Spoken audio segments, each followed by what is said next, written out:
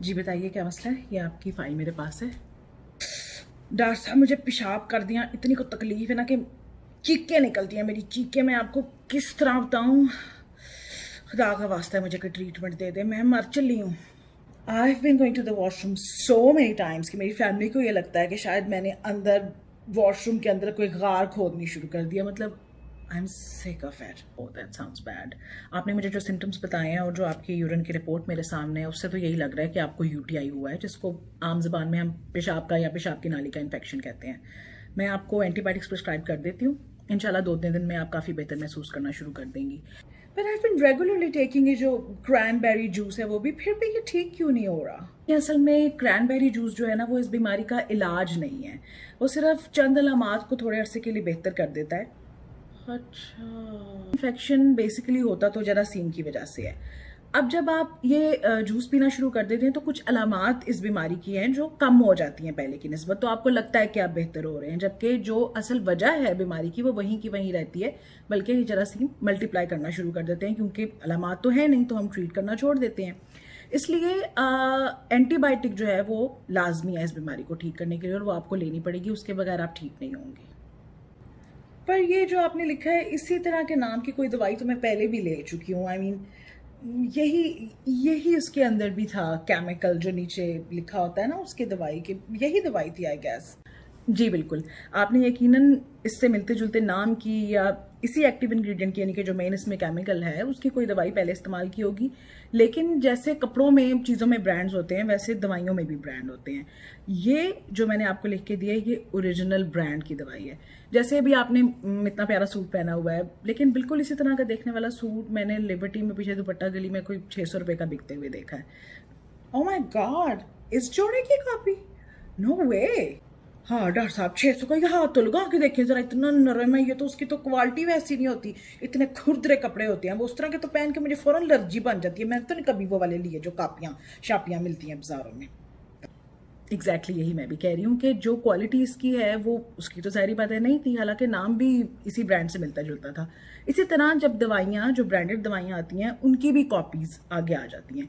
लेकिन जो ब्रांडेड दवाई है वो कई सालों की रिसर्च के बाद बनी है, बहुत अरसे से डॉक्टर्स उसे इस्तेमाल कर रहे हैं, उनको उसके इफेक्ट्स का, साइड इफेक्ट्स का सब कुछ अच्छी तरह पता है।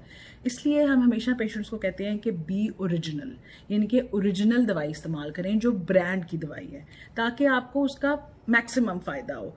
वरना ये कॉपीज़ यूज़ करके आपके पैसे भी ज़ाया होंगे और बॉडी को भी नुकसान होगा। डॉक्टर साहब बुरा ना मनाएं, पर वो जो स्टोर वाला ना वो कह रहा था कि शायद डॉक्टरों को ये महंगी दवाइयाँ लिखने पर कोई कमीशन मिलते हैं, इसलिए आप लोग ये दवाइयाँ लिखते हैं। तो वो मुझे कहता आप ये दूसरी वाली दवाई ले लें, तो पैसे भी बचेंगे और साथ में ठीक भी आप हो जाएंगी, वाल बेहतर है उससे। ऐसी कोई बात है? ये एम ही लगे हुए थे। ये सवाल अक्सर लोग पूछते हैं, लेकिन असल में बात यह है कि चाहे ब्रांड की दवाइयाँ बनाने वाले हों या दूसरे, हर कंपनी ही डॉक्टर को कोई ना कोई इंसेंटिव या कमीशन ऑफर कर रही होती है। डॉक्टर का फायदा वो दवाई लिखने में है जिससे उसका मरीज जल्दी ठीक हो जाए, ताकि वो मरीज दोबारा उसी डॉक्टर के पास आए। और जहां तक बात है स्टोर वालों का आपको कोई मुतबादिल दवाई देने का, तो वो दवाई देने में फायदा स्टोर वालों का ज्यादा होता है, आपका नहीं। इसलिए आपने वही दवाई लेनी है जो डॉक्टर ने आपको लिख के दी है, ठीक है? पर isn't this like बहुत कम डोज नहीं है? आर यू श्योर कि इससे इन्फेक्शन ठीक हो जाएगा? देखिए अक्सर लोगों का ये ख्याल होता है कि दवाई की जितनी ज़्यादा डोज इस्तेमाल करेंगे उतनी ही जल्दी शायद हम ठीक हो जाएंगे, हालांकि ऐसा नहीं होता। ये जो डोज मैंने आपको लिख के दिया है ये कम नहीं है, this is the correct dose, ठीक है ना? जैसे मच्छर या मक्खी को मारने के लिए हम अपने दादाबू की कोई 2 नाली बंदूक निकाल के तो नहीं ना चला देंगे, फ़ायदा नहीं है, गोलियाँ ज़ाया होंगी, पीछे जो दीवार है उसमें सुराख हो जाएगा। हाँ, you have to be compassionate, अपने साथ, अपनी बॉडी के साथ प्यार मोहब्बत का बर्ताव रखना है। जो करेक्ट डोज है, चाहे वो थोड़ी है या ज़्यादा है, करेक्ट डोज लें। Be compassionate to your body, be regional, be compassionate. समझ आ गई डॉक्टर साहब? मुझे टेंशन ही ना लें। एग्जैक्टली बहुत शुक्रिया डॉक्टर साहब, आपने इतने प्यार से समझाया, मुझे बिल्कुल समझ आ गई है। वरना डॉक्टरों से एक से दूसरी बात पूछो तो वो तो एकदम हत्थे से ही उखड़ जाते हैं कि चलो चलो भी काम करो। तो आपने इतने अच्छे तरीके से समझाया, शुक्रिया। इसमें शुक्रिया की कतन कोई बात नहीं है। आपका पूरा हक है मुझसे ये सवालात करना, क्योंकि आखिर में दवाई आपने खानी है, आपके जिस्म पे उसका असर होना है, और आपका पूरा हक है कि आप डॉक्टर से कहें कि वो आपको ओरिजिनल ब्रांड की ही दवाई लिख कर दे, ठीक है।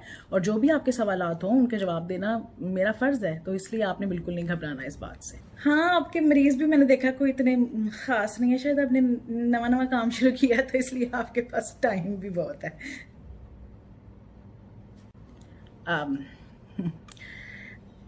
मे बी, लेकिन खैर, जो एक अच्छा डॉक्टर होगा वो यकीनन आपकी बात भी सुनेगा और आपको प्रॉपर गाइड भी करेगा।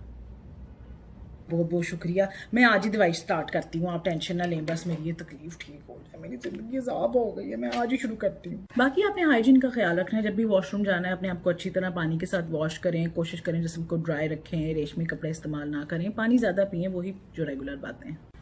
डॉक्टर, सबसे ज़रूरी बात तो मैंने पूछी ही नहीं। जी, ये दूध के साथ दवाई लेनी है कि पानी के साथ? पानी के साथ।